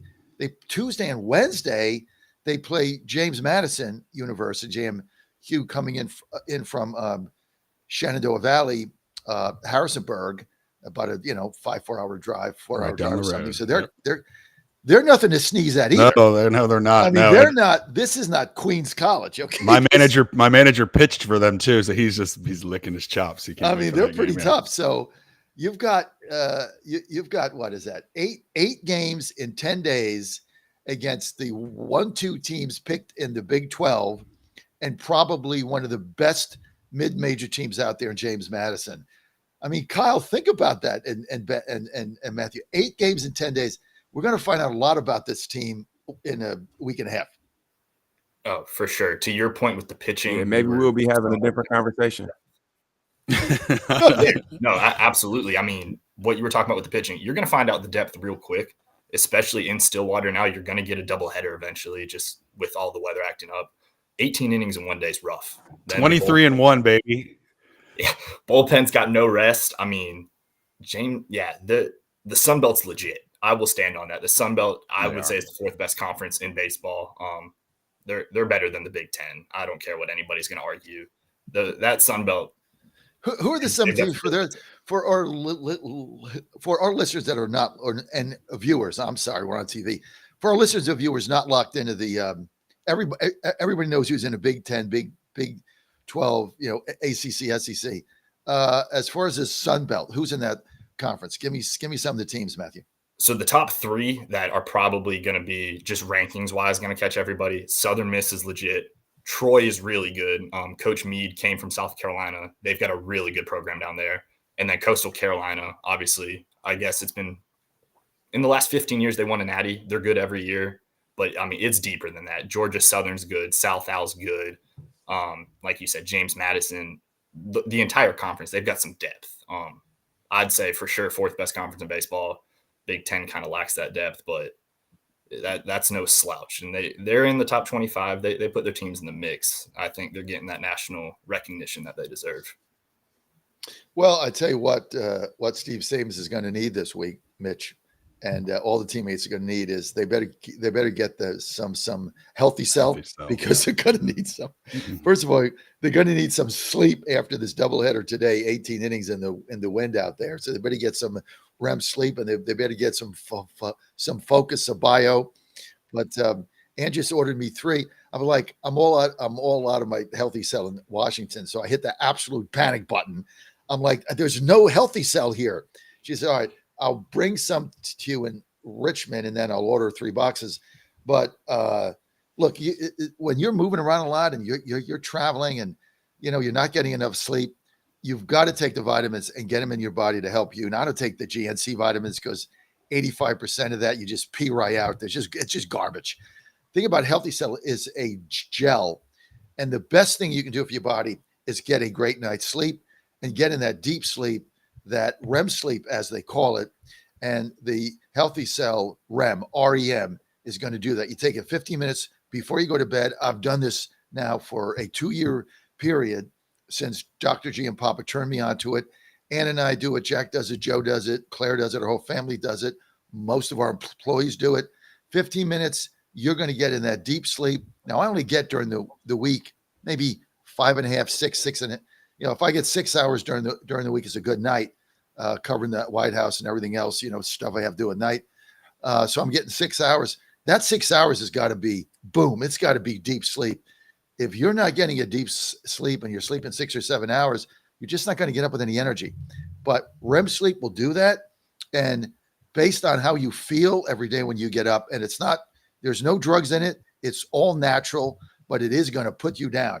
And it's not like 2 weeks. The first night you take it, you'll be like, and you just wake up. It's like you shut your eyes. It's like you blinked. And then it's like, well, we got to go to the bathroom. Unbelievable. So you want to check this out. Go to healthycell.com. They got a lot of products there. I take that. I take the REM sleep. I take the bio multivitamin. I take the Focus. Doug Collins, VA secretary, turned me on to that. Great friend of mine. Just go to healthycell.com/Godzilla. Promo code Godzilla. Get 20% off. Try it. You get a 1-month supply. You're going to be like, this is phenomenal. Healthycell.com/Godzilla. Promo code Godzilla. Okay, guys, let's turn to WVU basketball. Men got bounced. Sad.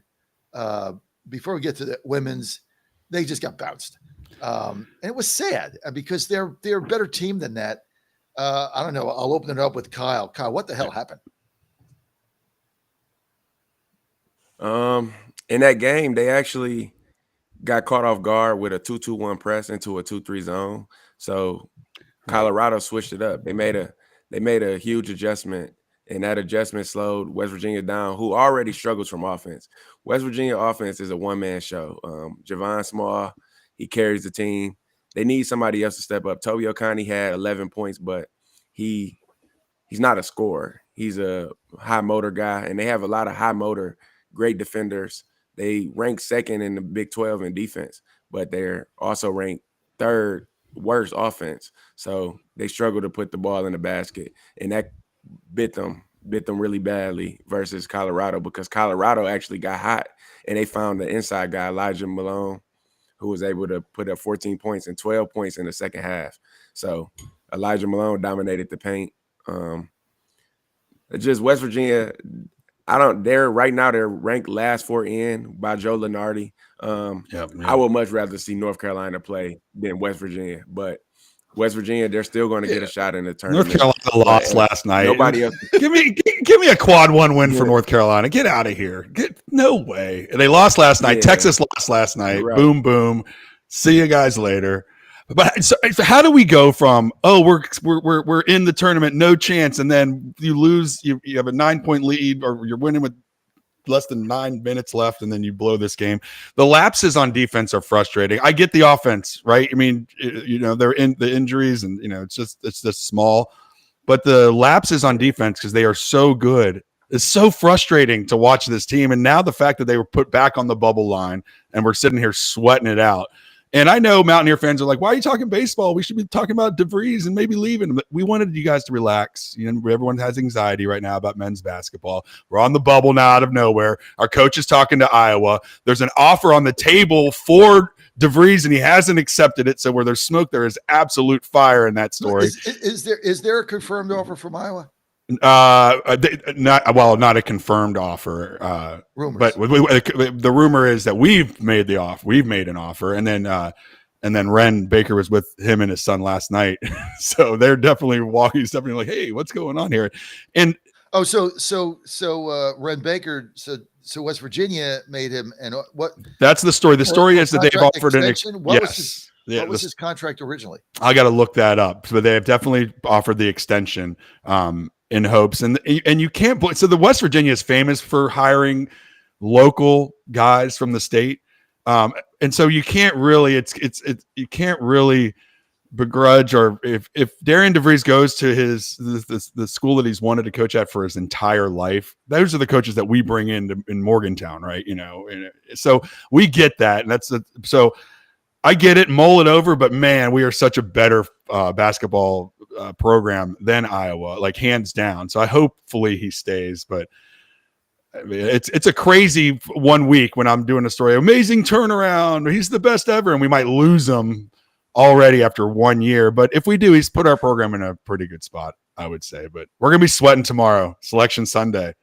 Like, what do you think? You think they'll make it in? I think they'll make it in. And you know what? If they get into if you get into the Tuesday night game, I think for West Virginia, that wouldn't be a bad thing, because everybody knows the injury history and that they've kind of overachieved this year to get to where they are. If they have to play in the play-in game on Tuesday night in a national audience, that might just be a good showcase, because we might need to get new players if our coach leaves and takes his son next year. He's supposed to be our leading scorer. Well, that's the whole thing, guys. I mean, you look at this team. They had some exciting wins this season, and after last season's total debacle. And what happened to Winnie Pooh Bear and everything else, and getting drunk on the side of the road, and then sending an email that he said his wife sent and he didn't resign. I mean, the whole thing was so ridiculous. And then it was just a disastrous season. DeVries comes in and he had some huge wins. I mean, the win in Kansas, obviously, opened everybody's eyes. We went to the tournament in Nassau. They could have won all 3 games. I mean, they beat who'd they beat? They beat Arizona. They beat Gonzaga. They were ahead in Louisville. They went to overtime with Louisville. They could have won all those games, but his son was there. And to me, the big dynamic is, if I'm signing him, I'm getting his son, Sean DeVries, who's probably a top 30 player in college basketball, who was out the season after the first couple games. So, I mean, it's not only you get the coach, you get his son because he was able to redshirt. Oh, you guys want to weigh in on that? I think getting Tucker back is just as big of a piece. I mean, I like hearing Kyle's analysis. Obviously, being a basketball guy made me feel a little bit better that I was seeing similar things. They lack the size, which obviously he talked about the interior. They got smoked by Colorado, but then they don't have scorers. I mean, Small can only do so much. You get Tucker back, though. He's an elite scorer. You saw that early in the year. They pulled off a couple big-time wins. If you can bring them all back, I mean, Tucker's going to put the ball in the bucket, get a little bit of size down low. I think they can make some big noise in a really tough conference next year. Well, so you saw it in the Bahamas. You were there, right? You and Ann were when the team was the team that we saw. They got blown out by Pitt the week before. They go into the Bahamas with the team that we thought we were going to have all season long, and Gonzaga, Arizona, solid wins. So you really got to see what this team is. They took Louisville to overtime. Right. And really could have won that game in regulation. They took them to overtime. Obviously, they ran out of gas, got beat, but Joe and Ann went down there for their tournament, so all 3 games, and we were just blown away. I mean, with DeVries in there, I mean, it was a little more offense.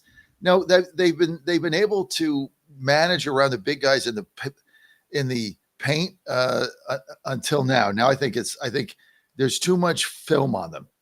But I agree with your analysis, Kyle. I thought DeVries was caught red-handed with that 2-3 press and final. They put it on the final like 10 minutes, or they just put it on the second piece of the second half, and like DeVries had no answer for that. That was a little surprising to me. In order to beat a zone, shooting comes into play. They don't have much perimeter threats outside of Javon Small, so they kind of tailored the zone to shadows Small, and without shooting, it's hard to beat a zone. And then also, like we talked about, the interior presence, the BYU game, Foose killed West Virginia on the inside, and then Elijah Malone in this game, that size. So they just didn't have an answer. It's personnel more so than degrees. It's almost like they went to the old school, like, remember the old box and one? It was almost like they went to a box on one where you shadow one guy and then you have your zone in there. I mean, I haven't seen that in ages. Yeah. I don't think DeVries expected that, because I mean, you got to go back to like, you got to go back to Adolph Hupp or something to find that out of the archives, that particular defense that they played. Did they get in or not? Let's just go to this. Did they get in, Kyle? Yes, they get in. They last four in with Joe Lunardi right now, and they at the top of the last four. So I think they get in for sure, unless a few teams get some bid stealers. Matthew? Yeah, I think they're in, and I think he's spot on. Unless there's a couple people that win some games unexpected, that just alters everything. I'd be surprised to see them miss it. Mitch? Yeah, I think they get in, and I think Small, like, if Small, I think these days off for Small might help them actually. If they could make a Sweet 16 run, he's going to have all the energy and ready to go for the full game, because you'll see it during the game, and you saw it during Colorado. He has some lapses, or not lapses, where he does try to like take a breath by getting other people involved, and you'll see his assists start going up. But for them to win, he's just got to keep the pedal to the metal, and it's hard to do throughout the regular season. But I think he's ready for that now. I think they get in. I hope. I agree with the Smalls rest. I think he needs a rest. So that's why I hope they don't get forced to do one of those. What are they called now? Play-in games? Is that the Tuesday night? Yeah, the Tuesday night. I mean, they're actually fun. If you're gambling on college basketball, they're probably the most fun games there are. They're just a ton of fun. And but I don't think that is going to be a positive thing for the Mountaineers. I think if they need, everybody just needs to take a breath and figure out what they're doing, and then they'll have time to see who their first matchup is. If you were to guess what bracket they're in, what do you think it'll be? Where does Lunardi have him now? I do like this, and sometimes DeVries is playing chess and they're playing checkers. Right. I think he lost on purpose to get to that 10 line, right? So then you avoid the 1 seed. Come on, this is awesome. So this is easy to get. I don't know, where does Lunardi have him right now? I don't know which. I think they a play-in team in 11 seed right now, so they'll get in the play-in game. All right. Hey, I would take a Tuesday. The only good argument I've ever heard for expansion, and I'm not for expansion because look at the teams in the bubble; they're awful right now. But those Tuesday nights would turn into like 6 games, or you would have all these games on like Tuesday and Wednesday night if they expanded it. I'd be. It's fun.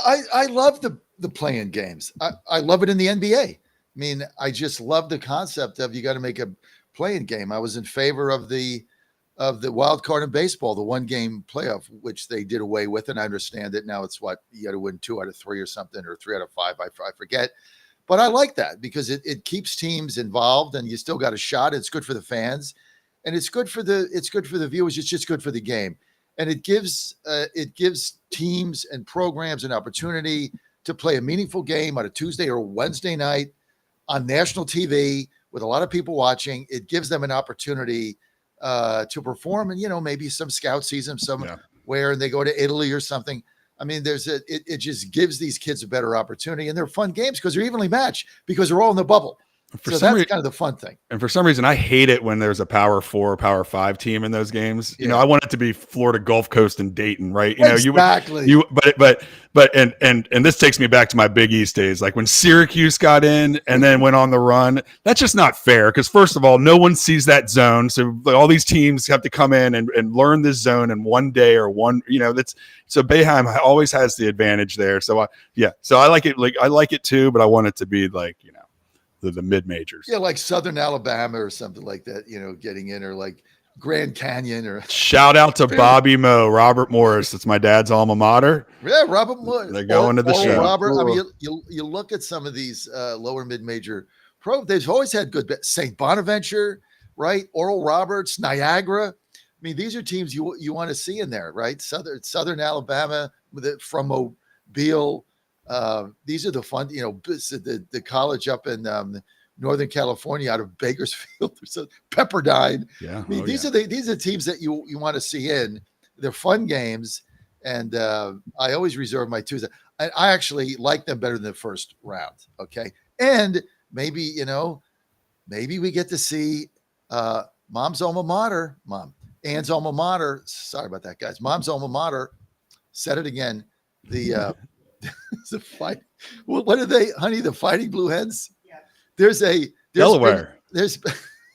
Right. It's the greatest logo ever invented for basketball. Is the Fighting Blue Hens with the boxing gloves, the little boxing gloves.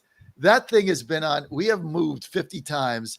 That magnet has made every refrigerator we've had for 34 years. That Fighting Blue Hens. It's hilarious. And when the Fighting Blue Hens get in, and like takes a day off, everything shuts down. Nobody can do anything because the Fighting Blue Hens are on, but it only happens every 20 years. Is that Delaware or Delaware? Delaware State is and Delaware State's the Hornets, right? Okay. All right. Delaware, University of Delaware. And where are they in? Where are they? Newark, Delaware. And the Fighting Blue Hens. She tried to get me to go to a football game one time there. I'm like, why did you go to football? I love Delaware. Shout out to Dewey Beach. Let's go. Fighting Blue Hens. Let's get to women's. It's amazing here. Look at what we're talking about on a national show. We spent 15 minutes on college baseball now, or 10 minutes. Now we're going to spend 10 minutes on women's college basketball. If we were to think about this, guys, if we were doing this show 10 years ago or 15 years ago, neither of these topics would even be on the run sheet because no one cared, right? But you look at college basketball now, women's college basketball, it is big time. Obviously, there's a lot of reasons for that. Kim Mulkey being one of them, and of course, Caitlin Clark. But let's go to the women's side. I mean, this thing is WVU women's team, even though they got bounced in the tournament by the Frogs, they can actually win this thing. All right, weigh in. Who wants to start? I'll start. Looking at JJ Quinterly, I mean, she's must-see TV for women's basketball. She's must-see TV. Like, the way she plays, her intensity on defense, it translates to her putting the ball in the basket. JJ Quinterly is must-see TV. But for the West Virginia, looking at their positioning right now with Joe Lunardi, they're the 6th seed. So they're looking at Columbia first round. Should be a cakewalk for them. Second round, they'll probably get a 3 seed, which would be Kentucky in the bracket. And I think with their defensive pressure and intensity, Kentucky is the 3 seed that they want to see. I don't think that Kentucky handles pressure really well. So West Virginia got, right now, as Joe Lunardi has it placed, they're placed in a great spot to actually make noise in the tournament and have a cakewalk to at least the Sweet 16. After the Sweet 16, you get to see UConn and stuff like that. Who knows what happens in those games? But West Virginia is in a great place this year. They did excellent, and their defensive intensity is just must-see TV. I love to watch them play, how hard they play. Yeah, and I think we started to equate them a little bit to like the old Press Virginia days. Not quite that, but it is fun. And JJ, I mean, it's just fun. And like tomorrow, our women's side doesn't have to sweat anything out for Selection Sunday for them. They're going to be firmly planned in there. But yeah, I do. Where Lunardi has them now, I agree with Kyle. I like where their bracket's set, and it's for them to go ahead and make a run here. And with their defense, they can beat anybody in the nation. And it's really fun to see. And especially you brought up, how exciting it was last year rolling into it, to piggyback off that in West Virginia, having one of those elite teams with star power is fun. And I'm excited about the women's tournament, and I'll admit it. It's taken me years to kind of really get into the women's game, but in the last few years, I've really been in, and now especially with WVU Sports Nation, I'm all in, and I'm excited to watch this team. Oh, what do you think about this, Matthew? Yeah, no, it looks like a favorable draw, which obviously that's the name of the game. But then also, like we talked about in baseball, I mean, the recent competition, they're going to be ready for it. Kansas State and TCU, those aren't slouches. I mean, those are 2 top 20 teams. So I think that Big 12 tournament got them prepped. I mean, they're not coming in after just some cakewalk games. They're going to be ready to get a favorable draw. They should make a deep run, make some serious noise. Cooper Flag ankle injury. What does this do to the men's tournament? The X-ray showed that there were no fractures, so it's probably a high ankle sprain. He's going to be hobbled. But if Duke can make a push to the Sweet 16 Elite Eight, they might be getting a healthier Cooper Flag by that time. I still think they have a chance. But this definitely, it's a huge loss. But you see what they did last night. They were able to win a game versus their huge rivals in North Carolina without Cooper Flag. They're a really solid team. But not only did they lose Cooper Flag against Georgia Tech, they also lost Malik Brown again to the shoulder injury. Yeah. And with those 2 injuries, Duke don't have a chance to win the national tournament. It reminds me of the Jamal Shead injury for Houston last year when they lost Jamal Shead to an ankle injury. I thought that Houston was the national champions last year. They lose Jamal Shead. They got to play against Duke. They almost win the game without him, but without Cooper Flag, I see them in a similar situation as Houston last year for their national championship hopes. And we talked about it last week. There aren't that many marquee names out there, and you lose Cooper just from that standpoint. That's huge. But you know what? Thank you, Duke, for beating North Carolina last night, because that's probably keeping West Virginia firmly in the not in the play-in game. And that's an impressive. That was a must-win for North Carolina. They're hot, won 9 out of 10 games, and for Duke to do that. But the competition is going to be a lot better than North Carolina once they get into this tournament. And it's a blow to the ACC as well, that was struggling this season overall. And now I don't see how their conference is going to be able to make any noise. And with that said, they'll probably win the national title. So listen, that's tongue in cheek. I've got future plays here that I really, and when I play futures, I'm not like, I bet one team, right? I don't bet 4 or 5 or something like that, like a lot of people do. You guys know I'm just a straight up bettor, but I bet West Virginia girls to win the tournament, because with the odds I'm getting, I think I got 17 to 16 to 1. That defense, they can beat anybody on any given night. I know they're going to get to the Sweet 16. So now you got to win 3 games. And so I'm getting 16, 17, 1. I forget exactly what it is, but like your father said, right? Defense wins championships, right? Isn't that what everybody's father said? Mine did. Defense wins championships. Mitch's did. Your father, Todd, Matthew, he was telling me the same thing the other day. Something about hockey, defense wins championships, which is I like the Jets, who I bet. And by the way, your father's not a big on the Jets. So whatever, Todd. Come on, Canada needs a win. Come on, we'll get. Yeah, your father's not. Todd's, as the Humstons are Canadians. They're from Canada now. They're in the U.S. Oh, see, I didn't even know that. I was already. Father Todd's a big hockey guy. Oh, there we go. He was dissing my Jets and blah blah blah, whatever, telling me about Edmonton or something. Whatever he was saying, I kind of tuned him out. But so I like the Jets, but I love the Houston Cougars at 7-1 to win this thing. And as soon as Flag went down, I doubled the original bet I had. This again, I'm betting to win the 2. I'm betting both teams, West Virginia girls and Cougars men, Houston Cougars men, that have the best defense in both leagues. So defense at the end, you can't score against this team.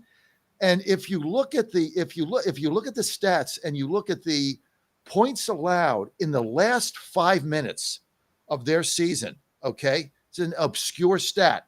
They lead the country. What does that say to you? It means they have depth. They don't get tired. They play defense the entire game. And when people start jacking up threes, when they're down and desperate, right? They get they get offensive rebounds. They box everybody out.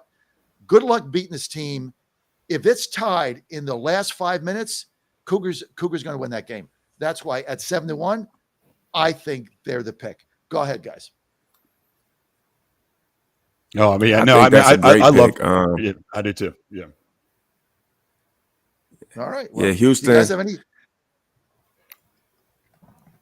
Houston. Go I ahead. mean, they lead the league in something called unscripted points. They get points off turnovers and they get second chance points. So that just lets you know how relentless they are. But on the defensive end, like you said, points allowed. I think that Houston is that team. And the one thing that this year from the prior season is perimeter shooting. They actually shoot the three ball very well, above 40% from the three. And adding that to the defense that they play, I mean, it's going to be really hard to go out and beat the Houston Cougars on any given night. Yeah, I'm getting 7-1. So Auburn's 3.5 to 1. I mean, these are all the, these are all the Vegas wise guy picks, right? Auburn plus 350, Duke plus 360. I'm not betting them without flag. Florida plus 700, and then they got Alabama, Tennessee, Michigan State, St. John's plus 22 to 1. But this. When was the last team, SEC, all of a sudden they're like taking over basketball. We talked about this a week ago with the NIL money and everything. I mean, we never saw them even in the top 5 or 6 teams. Now all of a sudden ACC is down, SEC is up. But what about the Big Ten? Where they're not even on all these great teams. What happened to the Big Ten? I'll start with Matthew. I mean, I think it's the same with them in almost every conference. They lack depth. I think Maryland. I mean, Derek Queen, legit freshman. He came from that class. Flag. They all played high school ball together. Queen is a stud. I really like Rutgers at the beginning of the year. They've got the 2 freshmen that are both elite scorers. But it just didn't quite pan out there. They haven't been consistent. But I'll be curious to see what Kyle thinks. Kyle. I think the Big Ten is underrated. I think that Michigan State will make some noise in the tournament. I think that when you want to win, play one and done games, you want to worry about guard play. Jace Richardson and Jeremiah Fears or Jeremy Fears Jr. Jeremiah plays in Oklahoma. I think that the guard play that Michigan State has is going to carry them in the tournament, and you cannot bet against Tom Izzo. I mean, Tom Izzo is a classic coach. He gets it done. Michigan, the 2 7-footers, they always going to give you a chance. I think they struggle with the guard play. Like Matthew said, Maryland, their queen and Julian Reese. They got a dynamic duo down low, and then they got the Gillespie guy bringing the ball up. I think that Maryland's going to make noise as well. So the Big Ten might not see a lot of teams in, but don't be surprised if you see 3 teams in the Elite 8 from the Big Ten. And it's what the Big Ten always does. All the radio shows on Saturday before Selection Sunday say how bad they are, and then they go and win, go deeper than the tournament. But this area that I live in is Maryland. Northern Virginia was all Terps in the late 90s, early 2000s. I mean, the buzz is real with this team, and Michigan with the 7-footers. I can't wait to watch that game today, Maryland and Michigan, because that's going to be interesting to see how that plays out. And it's kind of will determine kind of what you'll see with the Michigan team you see when they get into the tournament. But don't you guys think Al's a big Maryland fan? Our Godzilla Wins producer just chimed in here. Go Terps. Don't you think Maryland has been one of the most under-recognized teams here coming into this tournament? Certainly. Yes. Yeah. No question at all. And it's a product because of the Big Ten kind of being down a little bit, but then all of a sudden it's the same blue bloods that are popping back up. It's Michigan State. I mean, Michigan State and Maryland. I mean, there was a time where those two were in the tournament. I mean, obviously Michigan State, but even Maryland every year, and you could always count on them to make deep runs. So, But yeah, Michigan has absolutely not in my area. It's hyped up, but from a national standpoint, yeah, I haven't heard much buzz about Maryland, and they'll be a fun team to watch. If you guys were looking at Big Ten, Maryland is 35-1 to win the tournament. 35-1. I think that's underlay. I mean, if you're looking at maybe having some fun, 35-1. I like there. Michigan State 22-1. I mean, when you look at those and you ask yourself, would we be shocked? Like if we're sitting here, the Saturday after the final game on Monday, and the Terps are the champs, or Izzo's team is a champ. Would any of you guys be like shocked at that? I wouldn't. Would you be shocked? I'll be stunned if Maryland figured out a way to win the tournament. But Michigan State, I think they have a chance, as I said. So not Michigan State, but Maryland, I'll be stunned. I mean, look, with Flag getting hurt, to me, all bets are off now. I mean, I think with Flag in there, Duke it was just going to be tough. They were going to be the odds-on favorite. But now, to me, it's kind of like a lot of these other things. Things get wide open, and we don't know. You say, well, he didn't show any fractures. You don't know how sore it is. You know how that affects his game. One of you guys made the comment earlier. You almost have to throw out Aaron Rodgers last season with the Jets because he was coming off that Achilles injury. A lot of people saying the same thing about Kirk Cousins. You come off this injury the next season, you're just not that great. Derrick Henry with the Titans came off that foot injury the next season. He was not the Derrick Henry he was the season after on the Ravens. That's why they didn't sign him again, because he had come off that injury. So a lot of times you come off the injury, the couple times out, next season out, you're not as effective as you were. So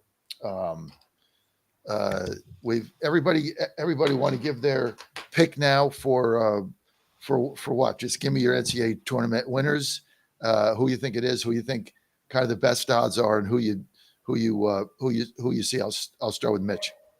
You know what? What's the futures line on St. John's? Because I want St. John's to go and make this run. They are defense 22-1. There we go. They're experienced. I got some old guys. Yeah. So St. John's and defense wins championships. So I put a flyer out on them. I'm not saying they're going to win the whole thing, but that'd be a fun team to watch. I know it's going chalk sort of, but Auburn plays defense, and mixed with obviously their great offensive game. So I hate Auburn, but I think Auburn, it's gonna be Auburn or Houston for me, and I just feel like it's Auburn season and to win the national title. Sorry, Crimson Tide fans. Matthew Lumsden. No, I love long your shot pick at 7-1 personally. Tennessee was 18-1. They've played some pretty good defense. They're streaky scoring though. I don't know if I trust them overly, but it's intriguing. And then I am a fan of Mitch St. John's. I mean, experienced coach, got a bunch of 23-year-olds on the team. Lewis, Richmond, I think it's Ejiofor. They've all shown they can do it. I'll be curious to see what kind of run they make. Kyle. What's the odds on Florida? Yeah. Florida's 7-1. Yeah. 7-1. They got Condon in the middle. That kid's a monster. I'm gonna roll with Florida now without I've been Cooper Flag all year, so I've been big Duke. I think this ankle injury is lingering enough to where it could affect it. So I'm gonna lay it on Florida, but I'm also gonna have my long shot pick be another 22-1 team. I'm going Michigan State. I like Michigan State as my long shot team, and then I'll take Florida as mine. Okay, so we got Florida. Kyle likes Florida. I like the Cougars at 7-1. Both of those are 7-1. Mitch likes St. John's at 22-1. Mm-hmm, And Matthew, I missed yours. Were you also St. John's? Nah, Houston to me, just that's a suffocating defense. I think 7-1 steep enough, gets me away from Auburn, and obviously Duke's going to be a big question mark. I'll be curious to see how they handle Louisville's size today with no Cooper Flag.